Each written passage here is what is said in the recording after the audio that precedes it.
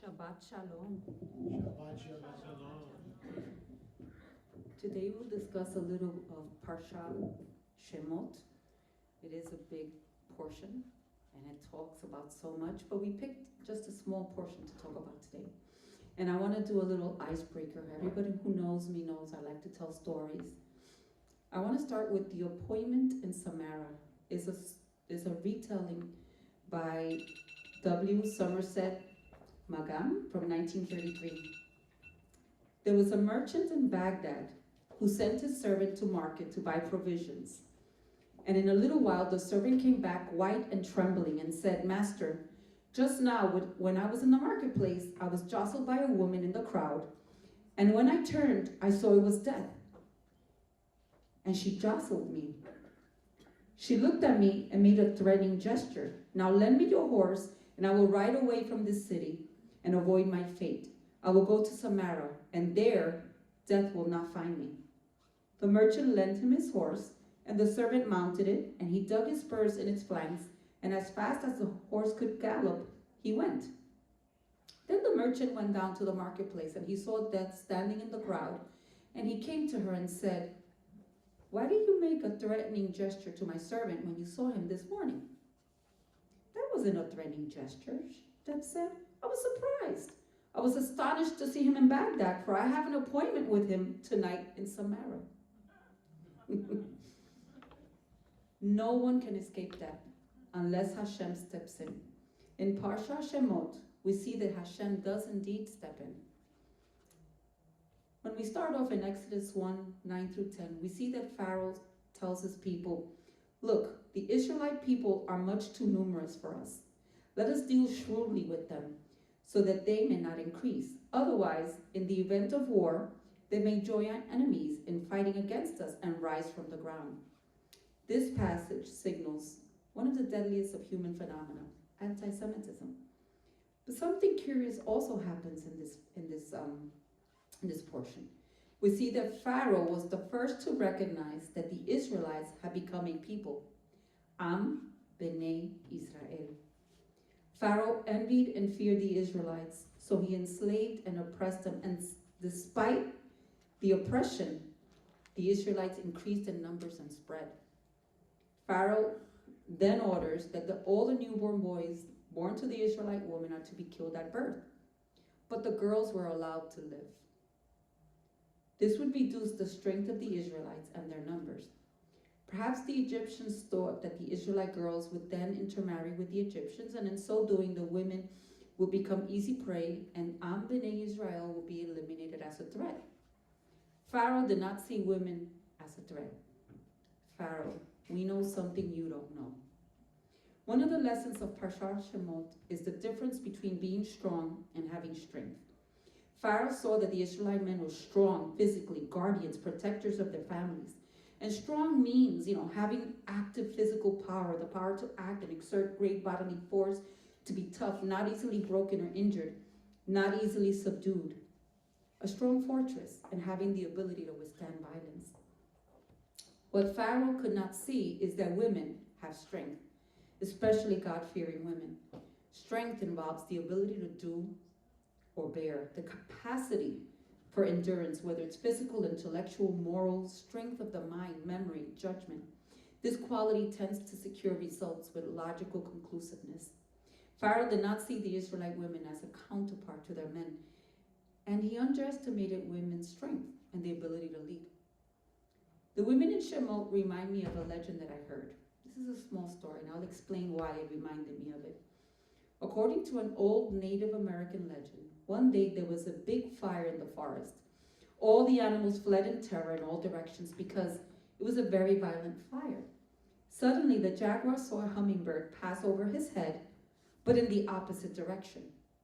The hummingbird flew towards the fire. He wouldn't stop. Moments later, the jaguar saw him pass again, this time in the same direction as the jaguar was walking. He could observe his coming and going until he decided to ask the bird about it, because it seemed like very bizarre behavior. "What are you doing, hummingbird?" he asked. "I'm going to the lake," he answered. "I gather water with my beak, and I throw it on the fire to extinguish it." The jaguar laughed. Are you crazy? Do you really think that you can put out that big fire on your very own with your very small beak? No, said the hummingbird. I know I can't, but the forest is my home. It feeds me, it shelters me and my family. I'm very grateful for it, and I help the forest grow by pollinating its flowers. I am part of her, and the forest is part of me. I know I can't put out the fire, but I must do my part. At that moment, HaShem, who was listening to the hummingbird, was moved by the bird and its devotion to the forest. And as a miracle, he sent a torrential rain, which put an end to the great fire. The Native American grandmothers would occasionally tell this story to their grandchildren and then conclude with, do you want to attract miracles into your life? Do your part. In our legend, the hummingbird seems small and insignificant to the jaguar, just like the Israelite women seemed small and insignificant to Pharaoh. Yet they moved Hashem's heart, and he was very well pleased with them.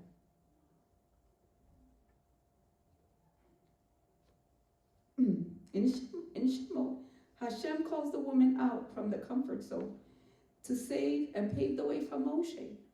And the woman said, Hineni, like the hummingbird in the old legend, each woman did her part. Let's talk about Hineni number 1, Moshe's mother, Jochebed. In Numbers 26:59, it states, Amram's wife's name was Jochebed, daughter of Levi, who was born to the Levites in Egypt.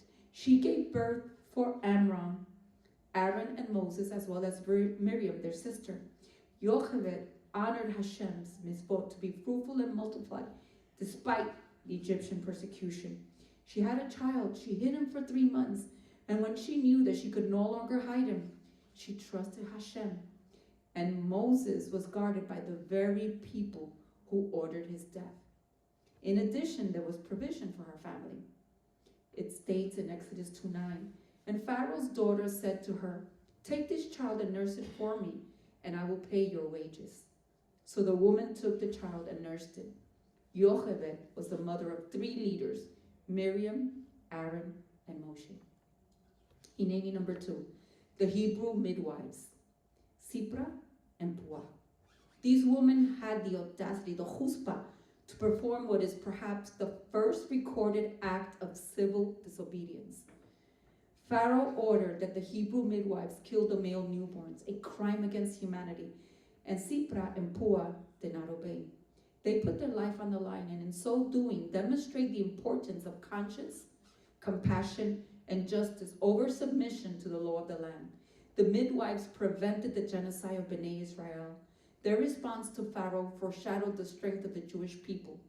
In Exodus 1:15 it says, because the Hebrew women are not like the Egyptian women, they are vigorous. Before the midwife can come to them, they have given birth. The defiance of Shiphrah and Puah pleased God, who rewarded them for it. And God dealt well with the midwives. And the people multiplied and increased greatly. And God established households for the midwives, because they feared God. Rabbi Sachs, of blessed memory, said that Shiphrah and Puah are 2 of the greatest heroines of the Bible, the first to teach humanity the moral limits of power. There are some orders that must not be obeyed because they are immoral or criminal.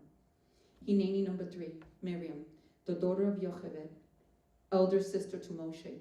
It was she who stationed herself at a distance when Moshe was placed among the reeds by the bank of the Nile, and kept watch over the child. It was Miriam who suggested to Pharaoh's daughter that baby Moshe be nursed among his own people. And later, when he grows, he loves his sister. Hineni number 4, Pharaoh's daughter. She had compassion and rescued baby Moshe, even though her father, the Pharaoh, had issued a decree requiring the death of all the Israelite baby boys. She had the chutzpah to bring in baby Moshe and raise him as her own. It was Pharaoh's daughter who named him Moshe because she drew him from the water. The Torah doesn't mention the name of Pharaoh's daughter, but however, we do read in the first book of Chronicles 4:18, where it mentions a daughter of Pharaoh named Bithiah. And it was she whom the sages identified as the woman who saved Moshe. The name Bithiah or Batia means the daughter of God. The sages drew one of the most striking lessons from her name. the Holy One, blessed be he, said to Bithiah, Moses was not your son, yet you called him your son. You are not my daughter, but I shall call you my daughter. That's Vayikra Rabbah 1:3.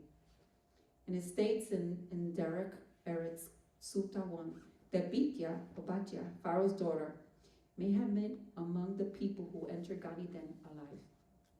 Pharaoh didn't see women as a threat, and yet it was the women who defied him and faced off against his decree preventing a genocide and saving Moshe and countless other men.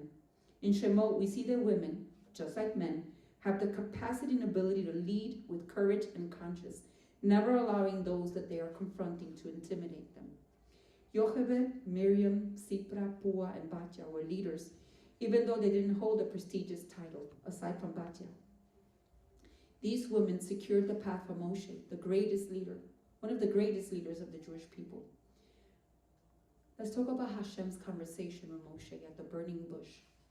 This reveals an answer on how we can become agents of change and justice. Moses is standing in front of a burning bush that is not consumed by fire. And HaShem said to him, come no closer, take your sandals off your feet, for the place where you are standing is holy ground. The ground on which the presence of the sovereign of the universe is resting is holy ground. And Moses' physical response was to take off his shoes. And we could draw from that a lesson. I mean, when you take off your shoes, what happens? Your feet touch little stones, little pebbles, and it hurts. Or it could be in mud and be all yucky and dirty. Or it could be in sand and it gets all over the place. It tells us that as leaders, we need to be able to step into the shoes of those people that we lead. We need to feel those stones that hurt, those situations that hurt, the muddiness that dirties us, that makes us feel yucky, and that sand that gets all over the place and we don't understand how. That's the physical side of it. Hashem's command may had a physical, but I believe it also had a spiritual component.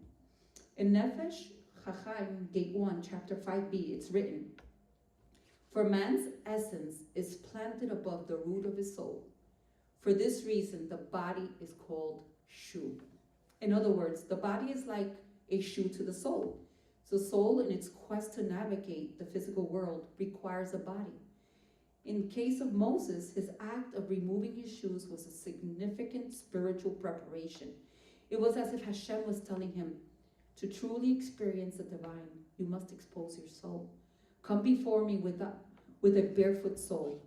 This act allowed Moshe to enter the presence of the Holy One of Israel at a spiritual level, untarnished by the flesh. It was a time for his soul to intimately encounter its maker, to be vulnerable, to come before Hashem naked. Amid their conversation, and we know there was a back and forth, no, yes, no, Moses perceived that the people would want to know which attribute of God they would expect to see. And the attribute would be reflected by God's name. Moshe asked, who should I say sent me? What's your name? I'm paraphrasing. And God answered, Eye Asher Eye. I will be that which I will be. The people will come to know God, Hashem, as they build a relationship with them. When we're spiritually connected to Hashem, He will not leave us. Hashem will be what Hashem will be. He will be Yocheved, full of mercy, Elohim, full of justice, Adonai, our master, Shaddai, the one who controls the world, El, kind and caring to his creations, the Lord of hosts who fights for us. He will always be Ein Sof, infinite, with no beginning and no end. What is the lesson that we can glean?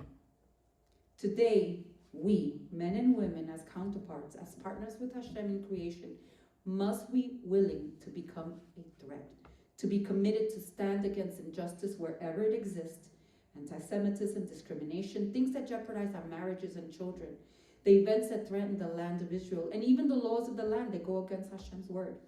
A leader must be a threat. And I'm not talking about violence. Some people are willing to compromise their integrity so that they don't offend men, and yet they're quick to offend Hashem. We must be willing, ready, and able to be the villain in someone's story. It's not enough to be kind and submissive and let things go. Stand and do something like the women in Shemot did. Just like Moshe did. He made decisions that were very difficult. We know that there's a time of peace and there's a time of war. If you want to see changes in your life, remember that wherever you are, when you come before HaShem, come no closer, take your sandals off your feet, for the place where you are standing is holy ground. Shabbat Shalom.